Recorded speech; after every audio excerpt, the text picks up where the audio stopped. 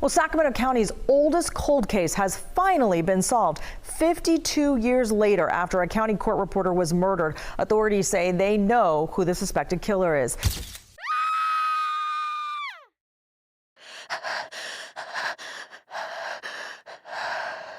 She woke up to a shadow. By the time her eyes adjusted to the dark, it was already too late. Her hands shot up. Instinct, pure animal instinct. But the blade was faster. 30 times. 30 times the steel rose and fell. And when the sun rose over Sacramento that October morning, the only thing left was a trail of blood leading to a parking lot, and a question that would haunt a city for 52 years. Who climbs a balcony in the middle of the night, kills a young woman, and vanishes without a trace?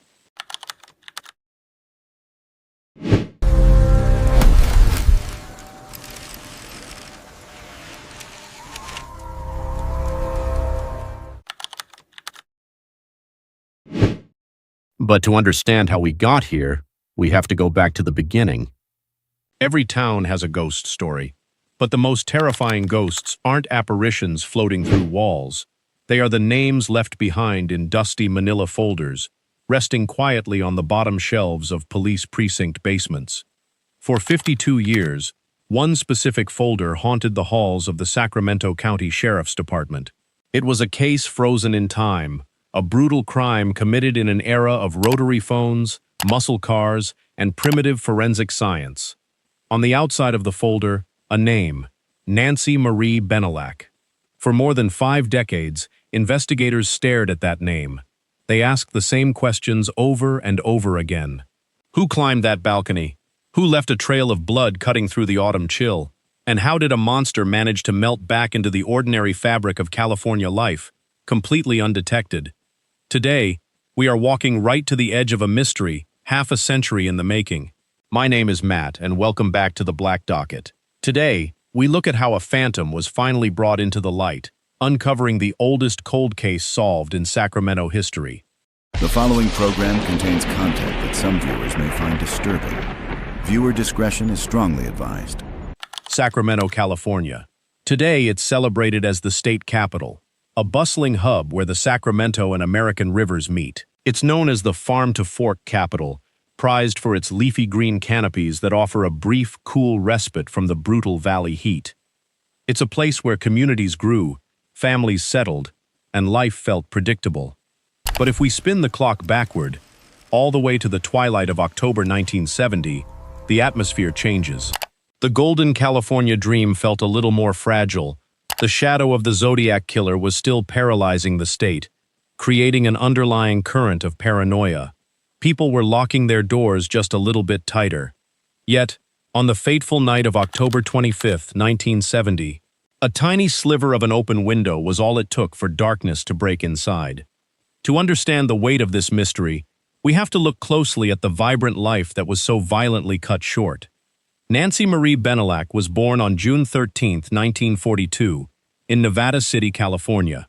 By the time autumn rolled around in 1970, Nancy was 28 years old, independent, and deeply rooted in her career. She worked as a highly skilled court reporter for the Sacramento District Court. Her job required meticulous focus, capturing the heavy, often dark realities of the legal system day in and day out. But her personal life was filled with light. While we don't have an exhaustive history of her childhood, we know she shared an unbreakable bond with her sister, Linda. Linda absolutely adored Nancy. She pampered her, cheered for her, and looked forward to watching her grow old. And Nancy was right on the precipice of a brand new chapter. She was blissfully engaged to be married. Her fiancé was a prominent figure in the local legal community, Farris Salamy, the chief public defender for the very same Sacramento District Court where Nancy worked. They were a perfect match, two dedicated professionals working on opposite sides of the justice system, yet completely united in their love for one another. Their wedding was locked in for November 28, 1970, just over 1 month away. Nancy lived on Bell Street, inside a quiet, pleasant apartment complex on Arden Way. Her home, apartment number 17, was a beautiful second-story unit that she shared with her pet cat. On Sunday, October 25th, the young couple spent a beautiful autumn evening together. They went out for a nice dinner, enjoying the quiet moments, before the frantic rush of their upcoming wedding month. Afterward, they drove back to Nancy's apartment. They sat together, chatting, unwinding, talking about their future, until Nancy began to grow sleepy. It was roughly 11:30 p.m. when Farris decided it was time to head back to his own residence. As he walked out the door, he followed a routine that was entirely normal for them. He left the sliding glass balcony door open just a tiny crack, just a couple of inches, so Nancy's cat could wander freely between the living room and the second-story balcony during the night. It was a small act of domestic comfort, a mundane habit. Farris Salamy closed the front door, walked down the stairs, and drove away. He had absolutely no inkling that as his car tail lights faded into the dark, he had just seen his beautiful fiancée alive for the very last time. Monday morning, October 26, 1970. The sun rises over Sacramento, and the bustling halls of the district court begin to fill up. Lawyers are prepping briefs, judges are donning their robes, and the court reporting staff is settling into their desks. But one desk remains empty. Nancy Bennallack isn't there. This immediately sets off alarm bells. Nancy wasn't just reliable, she was precise. Her entire career was built on punctuality. To not show up and to not call in beforehand was completely unthinkable. Deeply unsettled, Nancy's close friend and co-worker, Joella Moncrief, tries calling the apartment. No answer. Ringing after ringing, echoing into an empty room. Desperate, Joella calls her son, Jack, who happens to be in the area. She begs him to go straight over to the Bell Street complex to check on her. Jack arrives at the complex. He climbs the stairs to the second floor and finds apartment 17. He knocks. Knock, knock, knock. Silence. He knocks harder, calling out her name. Still, nothing. Only the faint sound of a cat inside. Panic sets in. Jack runs down the stairs to locate the apartment building manager. At first, the manager is hesitant. In 1970, privacy laws and standard boundaries meant landlord keys weren't handed out lightly. But Jack is persistent. He describes Nancy's uncharacteristic absence, the silence, the cold dread gathering in his stomach. Convinced by the sheer urgency in Jack's voice, the manager grabs the pass key. They walk back up the stairs. The key slides into the deadbolt. The door swings inward.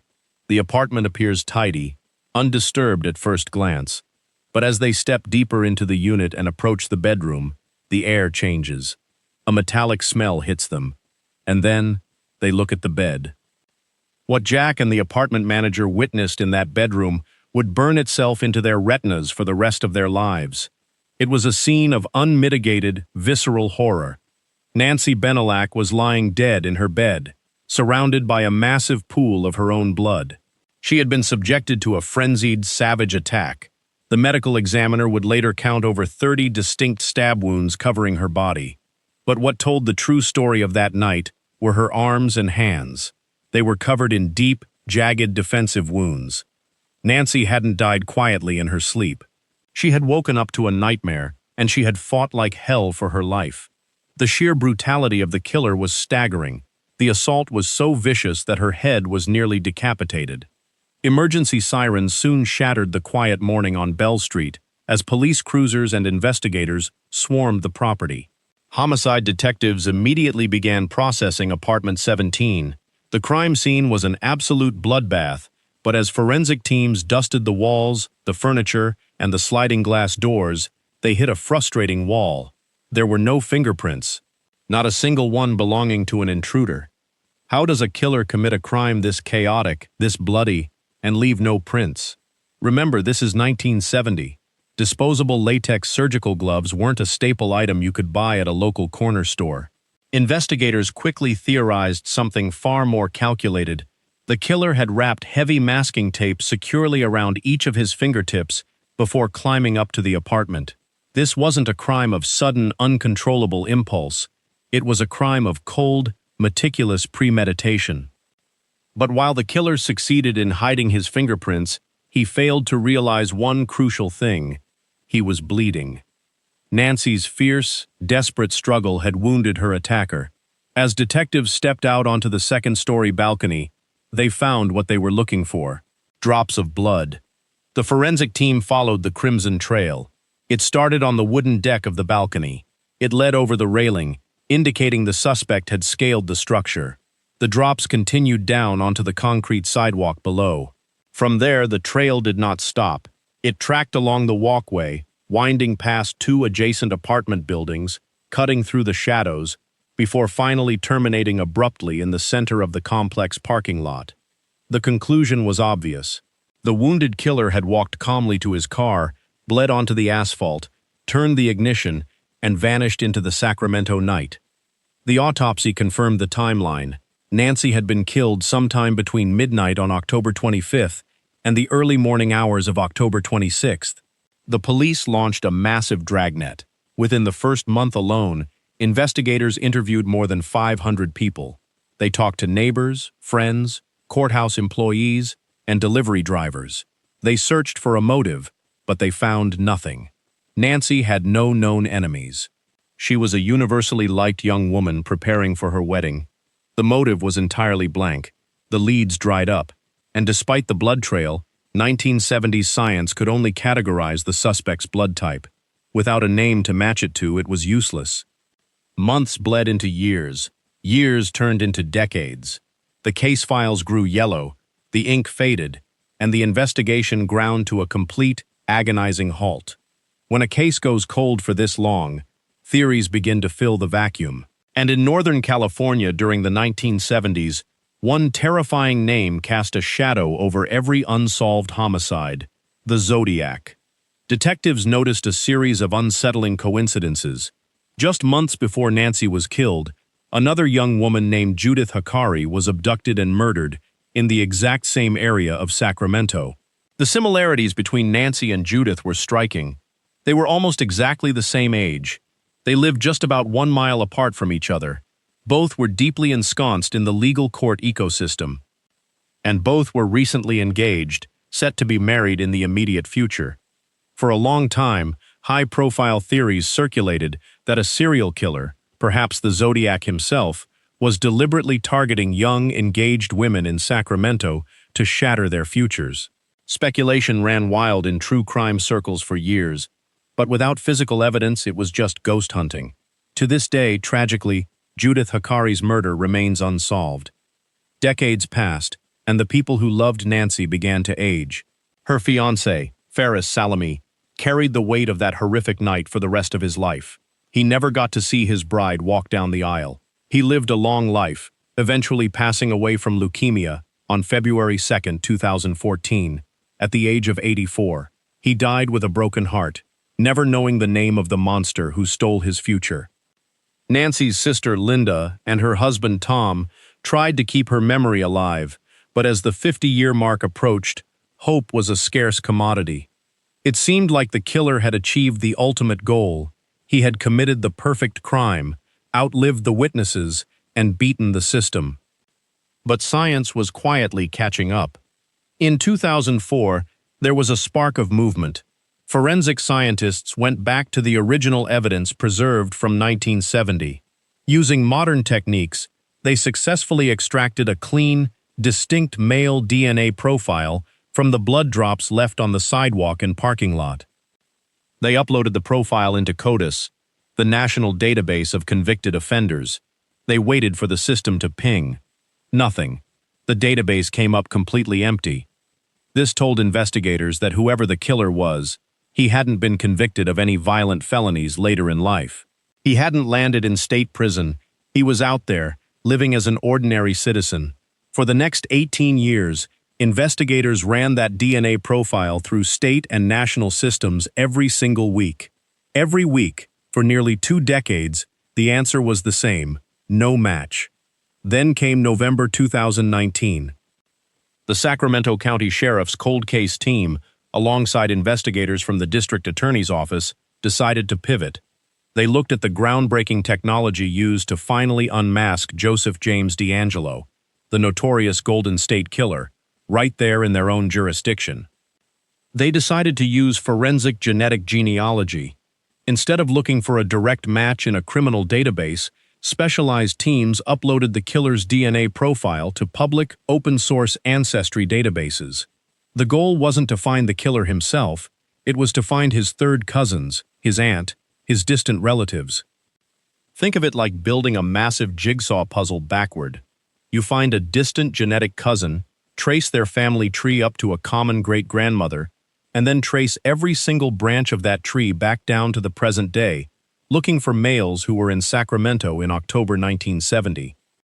It was a mountain of exhausting, meticulous work. It took 3 years of relentless genealogy research, digging through birth certificates, marriage records, and obituaries. Finally, on July 21, 2022, the branches of the family tree converged onto a single name. The suspect was identified as Richard John Davis. When investigators pulled up the historical records for Richard John Davis, the puzzle pieces didn't just fit, they slammed together with terrifying precision. In October 1970, Richard John Davis was 27 years old, and he didn't drive to the complex from some distant city. He already lived there. While Nancy Bennallack lived in apartment number 17, Richard John Davis lived in apartment number 23. Their units were located on opposite ends of the central apartment complex swimming pool. From his apartment windows and walkway, Davis had a direct, unobstructed line of sight straight across the water into Nancy's second-story balcony. He had been watching her. Let that sink in. The monster investigators had spent 52 years hunting wasn't a roving serial killer or a phantom in the night. He was a neighbor. Retired Detective Mickey Lynx, who had poured her life into the cold case since 2005, explained the chilling reality of what happened.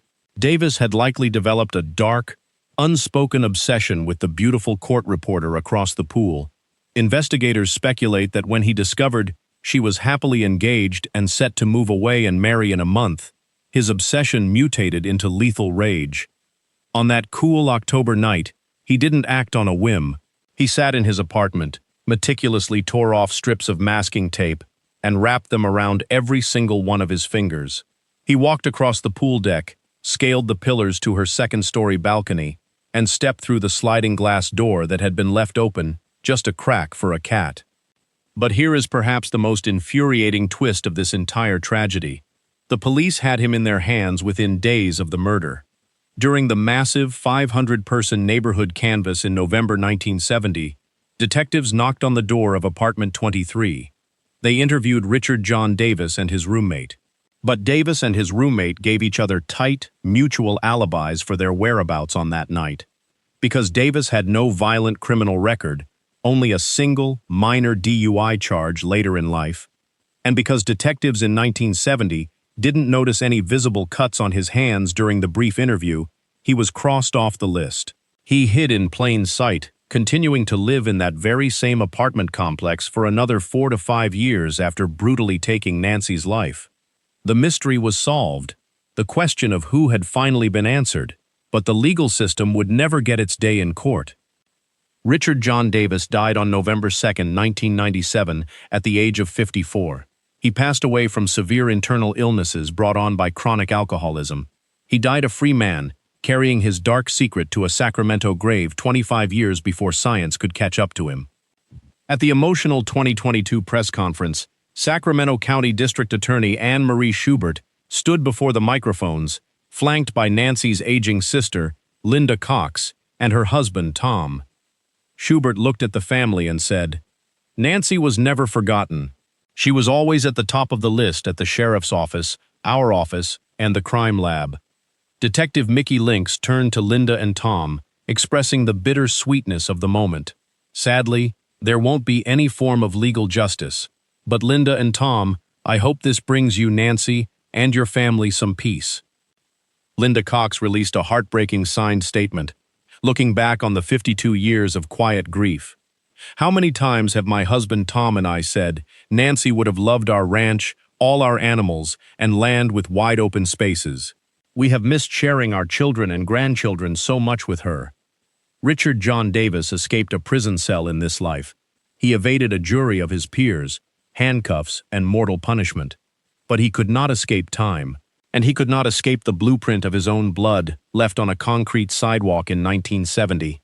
Nancy Bennallack's case reminds us that a cold case is never truly dead, as long as there is a dedicated detective holding a folder and a family refusing to let a memory fade. What do you think about this case? If it weren't for the incredible exponential leap into forensic genetic genealogy, do you think Nancy's killer would have remained a ghost forever? Let us know your insights and thoughts in the comments section below. Thank you for joining us on today's journey into the dark. If you want to make sure these cases continue to be told, don't forget to like, share, and subscribe to the Black Docket. Until next time, stay safe, lock your windows, and look out for one another.